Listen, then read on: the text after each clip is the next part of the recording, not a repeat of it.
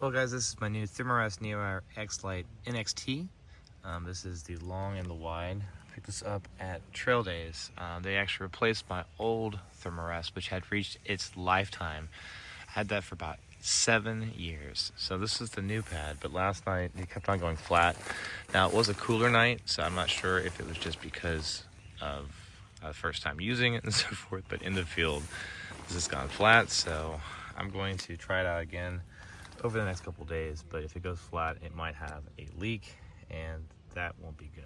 These pads are normally very, very robust, and these types of defects do happen. But I am thinking about going to a closed foam mat, just so I don't have to worry about inflating anything, carrying a air sac, or even the air pump. So I'll be able to cut some weight there, but it's a comfort thing. At the end of the day, in the summertime, I have more options because A, it's warmer and it doesn't really require me to insulate so much. I can just use that pad, but from a comfort perspective, it's just gonna be somewhat uncomfortable. At the end of the day, guys, all gear fails eventually. So if you're looking for the perfect purchase to buy something and it just works the way you want it to forever, that's kind of an unrealistic expectation. So the reason why I'm sharing all this with you is saying, even if you buy something and think it's going to perform out of the box and you're out in the field, it may fail. So you might want to test it before you get out there. This is something I had to do. This was a swap. But at the same time, it also helps you to consider ways to cut that weight. So now that I know that the air mattress potentially is defective, it could be a small thing that I'm overlooking, but I'm pretty sure it's defective. I'm thinking I'm going to be able to cut some weight by using the closed cell foam mat, and we'll take it from there. So we'll see how this goes. I'll be testing that over the next day or so and let you know how I feel. Again, this is summertime. Now in the wintertime, it's a little bit more important because the R value, especially with the quilt, is how you insulate. I also got a new quilt from Enlightened Equipment. I have a 40-degree Revelation, so I've been able to cut some weight there as well. And since it is the warmer temperatures, I don't have to necessarily strap it around my sleeping pad. I can just keep it open, or I can strap it down, or I guess kind of use the straps around the back and cinch it if I need to. But I'm pretty sure the temps aren't going to drop too cold anymore, especially as we're heading into June, July, and August. I'm pretty sure that I'll be fine. But for those in the winter, you definitely want to have insulation. So the pad would be something that you really, really need to have versus the summer months. Anyway, I just wanted to share that with you guys. Let's keep moving. All right, guys, welcome to Maryland. Getting pretty flat. Limited miles before we hit Pennsylvania. Today we've got some climbs, but nothing too crazy. Over the next 4 miles, I think we've got maybe 600 or 700 feet of elevation climbs. But we are making our way. Just wanted to give you a glimpse of what it looks like as you are in the green tunnel. It's not very much to share, so these videos might be shorter, a little bit more talking head type stuff of just what I'm thinking about out here on the trail. But welcome to Maryland. Well guys, it looks like we have a view. We've been in the tunnel for a while now. But check this out. Nice little view here.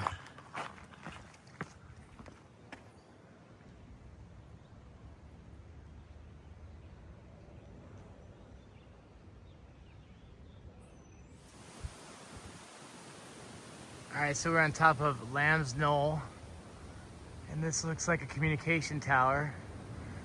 According to my friend, it was used by the White House for communications.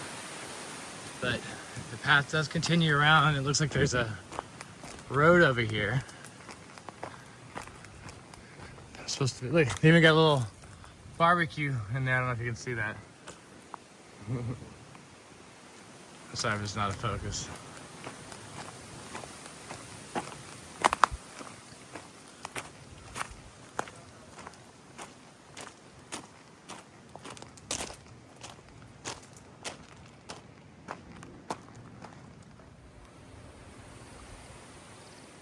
So there it is, guys. This is an old communication tower. It's called the what's it called? Corkscrew communication tower. And there is the facility. And I don't know if you can see the American flag flying there.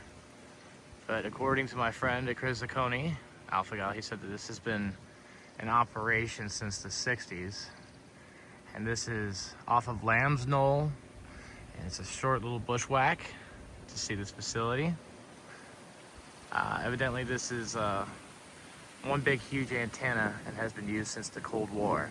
So if you're in the area, it's pretty cool to check out. Rocky Run Shelter. Let's go.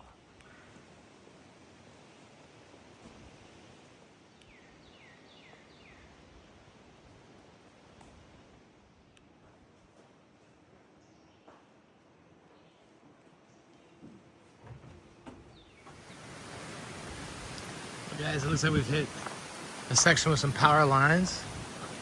Some beautiful mountain laurel. Check that out. I love these blooms. Isn't that cool? Anyway, we're heading into a small overlook area. Crazy right now. It's popping. The mountain laurel are just going crazy. Oh yeah, they like it here.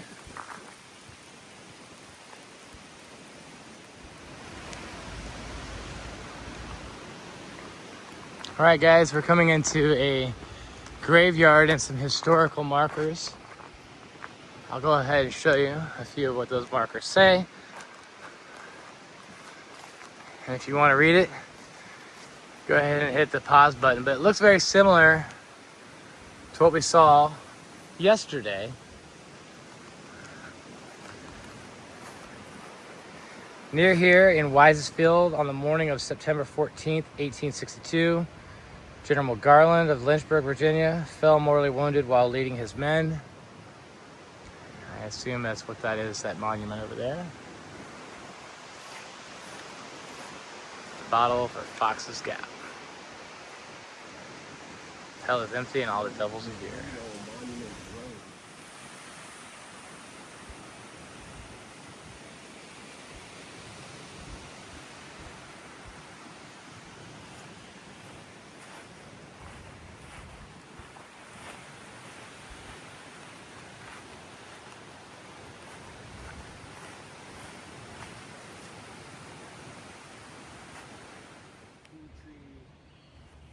And over here we got some very cool.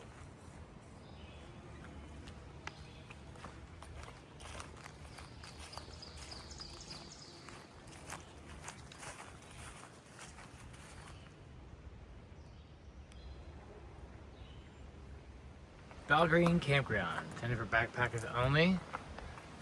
Here's a little more information around this. Pause if you like it.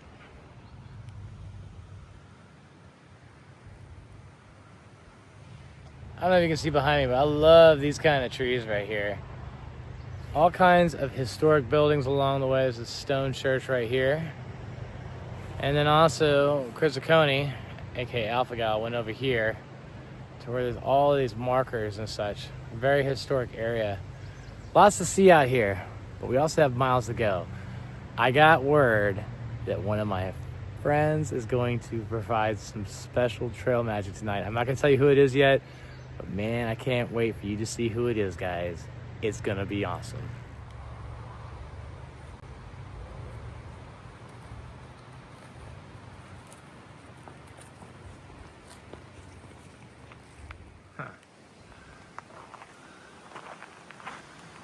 So there's a monument here. Before we head on north, we're gonna go check out the monument. Let's go.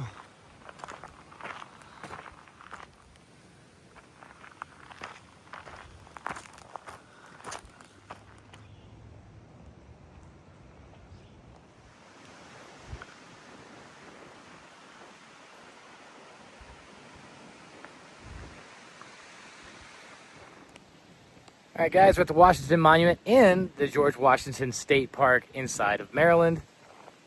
Tonight, we got a guest. Can't wait to see him. It's going to be awesome. We're going to have some trail magic, baby. Let's keep moving. All right, guys, we are still in Maryland here. Just walked by someone's house. Actually, it's like right there. Their backyard is really on the AT, but behind their house is the highway. Check this out. Oh my gosh. And we are on the AT, cruising across in Maryland.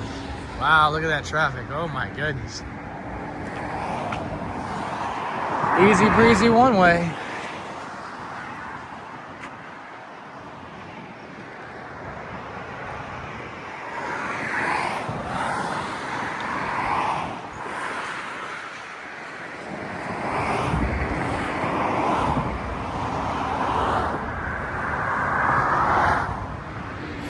So guys, you never know what's going to happen out here on the AT. All kinds of gear failures have been happening right around mile marker 1,000. From backpacks to sleeping pads, pillows, tents, the whole 9 yards. But there are vendors out there that take care of hikers and do the right thing. We got love for them all. Look at that. Here we go. I don't even know what that guy just screamed at us. But we're making our way. Let's keep moving.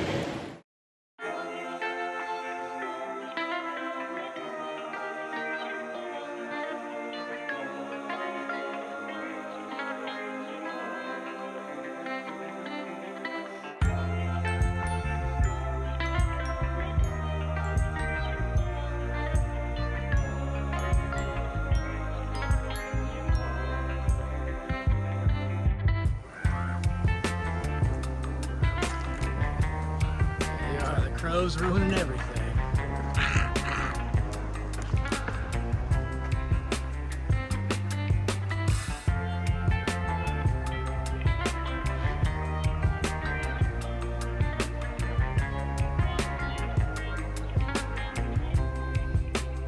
All right guys, we're in Annapolis Rocks. Check out the view behind me. It is incredible. On a beautiful day.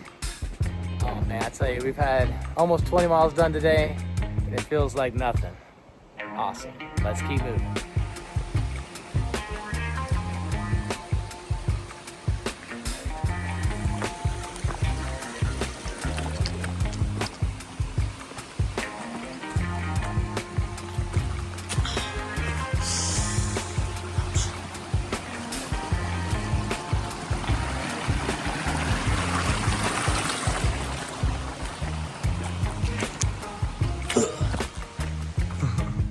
All right guys, we are almost into camp. We've done about 20 miles today. And I'm telling you, just reducing the pack weight has been very helpful. Even though it's only been a few pounds that came out of it, it matters.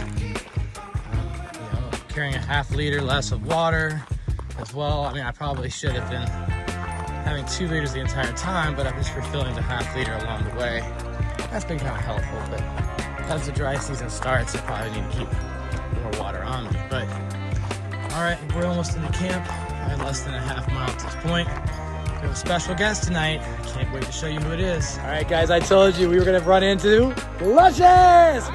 It's so good to see you, my friend. Thank you for coming down. He has brought us pizza and ice cream. We're about to have a pizza party in the parking lot. Ensign Cowell. Ensign Cowell.